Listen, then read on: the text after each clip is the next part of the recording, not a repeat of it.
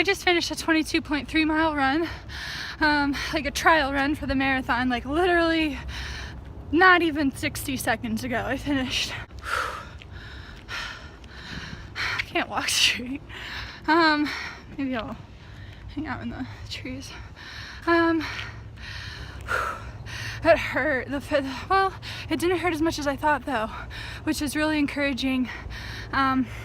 And it honestly wasn't until the last 2 miles of it that I felt like I was getting back into my normal form, which is ever since I moved and I'm living at like 5,100 feet or something like that, I don't know.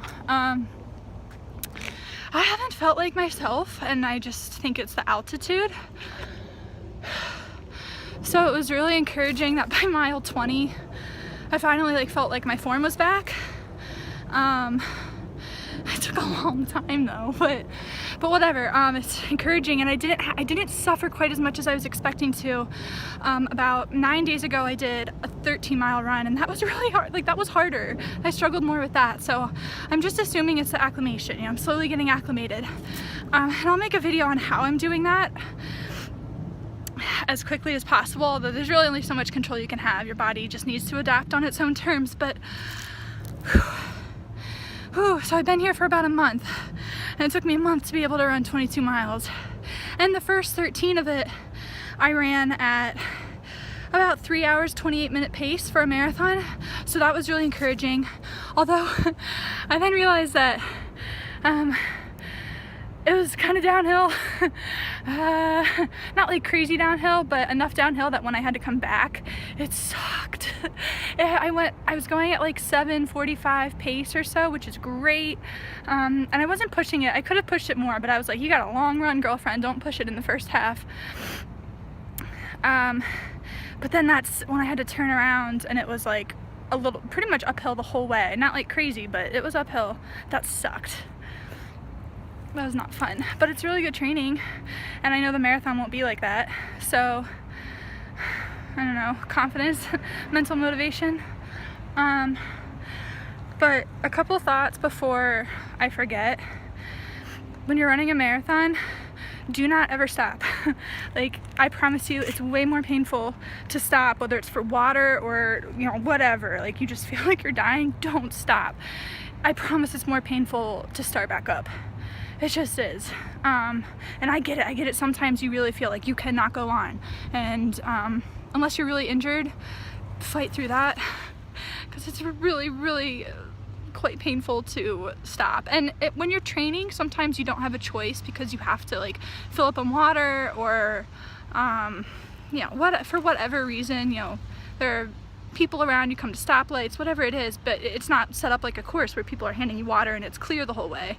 I get it, but in your power, do everything in your power to not stop, because it hurts. And it's not good practice. Like, you don't want to stop in a marathon, even if it didn't hurt to get going again. That's taking time. And if you're just doing a marathon to be like, I really want to set this goal and I want to complete one, then great. You know, I'm more talking to the people who are really setting like a time goal. Maybe just more consistent runners. Feel so much better from doing that run. Like, I have so much more faith, and I kind of wanted to keep going, because I'm like, I could keep going and push for like 24 miles. But I forced myself to stop at 22.3, because I'm like, you know what? I got injured last year. I think doing 22 miles is plenty, and like really, it's more than most people do, honestly, before a marathon. I'm also closer than normal. I'm only about 3 weeks out, so I definitely don't want to keep pushing it.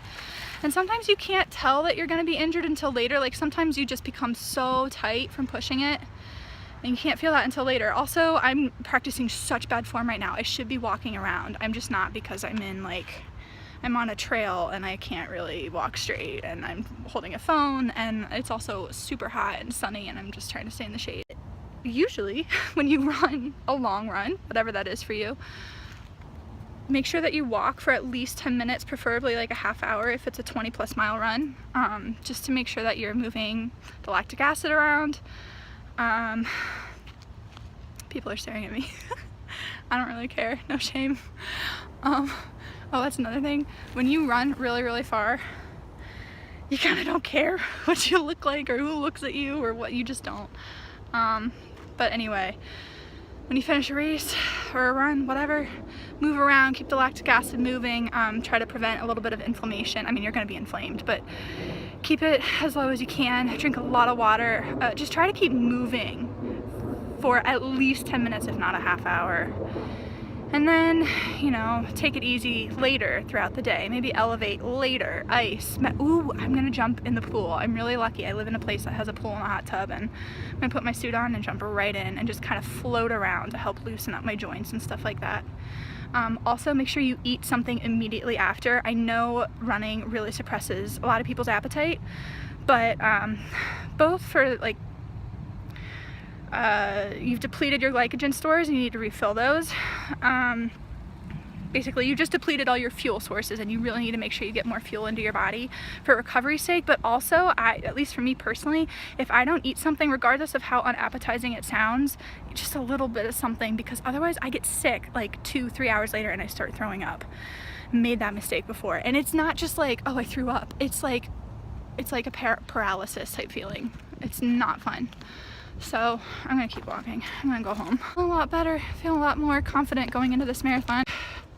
I really wasn't sure if it was gonna go very well because I couldn't get my mileage up, so now I feel a lot better. And I think moving forward, I'm just gonna be really easy on myself. Not like I'm gonna keep doing mileage, or maybe up to like a half. Like maybe next week I'll do another half, but nice and easy. I'm not really doing any weights, like lower body weights. What else? Not doing like the arc trainer, that really irritates my sciatic nerve. It just makes you generally tight. So the only things I think I'm gonna do are run mainly, a little bit of elliptical, just for, you know, making sure that I'm keeping up my cardio without pounding my muscles too much. Walking, and maybe just floating in the pool. Not really doing like pool workouts, just kind of floating around to loosen up. So yeah, it's taper. It's officially taper. Yay, lots of stretching, deep tissue massages, light cupping, maybe some light stim just to break up the any scar tissue or anything like that, especially since I'm running. So I did this trial closer to the marathon. I really need to make sure I'm recovering. I don't do a lot of ice, but I do like hot baths. Just makes you feel relaxed. Sleep, lots of sleep. Really good food to stay lean. It's way more important to not feel weak than to try to stay so lean. Like it's more important to not be weak than it is to be light on your feet. So just trying to perfect that balance, and that's different for everybody. And I've done that before. Like, I've tried to perfect that balance before. If it's brand new to you, like, don't change anything if you haven't. Don't do anything out of the norm in terms of your food, unless you're really practiced and know what you're doing. Anyway, all right, I'm gonna go now. So 22 miles. Did it. Goodbye. Something else I forgot to mention is that the last 0.6 miles of the trial run, I tried to pick up the pace. So I was running at like 8-10 pace for the last, I don't know, 7 miles or so, and I didn't really care. I was like, you know, I'm just doing this for mileage. I'm going uphill. I'm at altitude. Like, I just want to be out here for around 3 hours. But the last mile, I really want to push it like I would in a race. Like, it's just good practice. And I know it seems so painful, but you have that extra little oomph in you. You do.